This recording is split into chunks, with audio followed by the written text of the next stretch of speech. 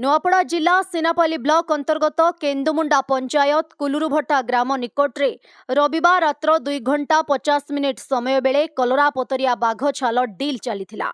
एही समय रे सीनापाली वन विभाग और छत्तीसगढ़ एसटीएफ टीम मिलित आनुकूल्य चढ़ाऊ करी कलरापतरिया बाघ छाल जबत करने सह 3 जनकू गिरफ करा जायथिबा जणा पड़िछि। प्राप्त खबर अनुसार विशेष सूत्रु सीनापाली वन विभाग कलरापतरिया बाघ छाल डिल हेउथुबा खबर पाइथिले। सेठारु खड़ियाल वनखंड अधिकारी अजीज खान को निर्देश क्रमे सीनापाली वन विभाग और छत्तीसगढ़ एसटीएफ टीम मिलित आनुकूल्य एक टीम गठन करी चढ़ाऊ करा जायथिला। एही चढ़ाऊ बेले एक कलरापतरिया बाघ छाल जबत करिथिबा बेले 3 जनकू गिरफ करा जायथिला। 3 अभियुक्तंकु गिरफ परे सेमानंकु अधिक पचरा उचरा करी मंगलवार कोर्ट चालाण करा जायछि। गिरफ व्यक्ति माने हेले सीनापाली ब्लॉक अंतर्गत कोलियापातर ग्रामर किशोर साहांट, कांदुलकोना ग्रामर लक्ष्मी माझी और खरत छत्रिया बोली जणा पड़िछि। एही अभियुक्त मानंकु गिरफ परे सोमवार एससीएफएम डी सालिहा अधिक पचरा उचरा करिथिबा बेले मुख्य अभियुक्त गिरफ होई नथिबा जणा पड़िछि।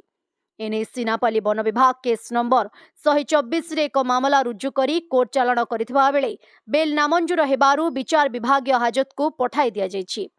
एही चढ़ाऊरे सीनापाली वनांचल अधिकारी जगदानंद मंगरास, फॉरेस्टर रंजन साहू, अन्यान्य कर्मचारी और छत्तीसगढ़ एसटीएफ टीम शामिल थिले।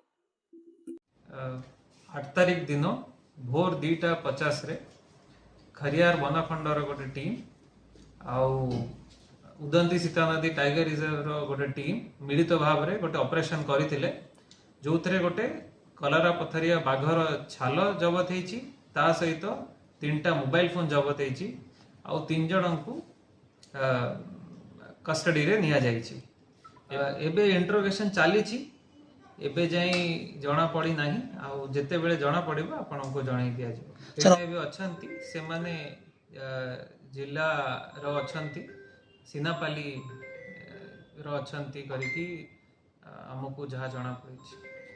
तो एलिग्रा किछि संपर्क अछंती ना सर एते खाली रहि एबे इन्वेस्टिगेशन चालीछि, हमें खोजा खोजी करूछु, लिंक बाहर करबा देखुछु कि आ कोन लिंक अछि आ सेही हिसाब रे आपन को जणाई दो। नुआपड़ा जिल्लारू जगन्नाथ सागर रिपोर्ट, ओडिशा हाइलाइट समाचार।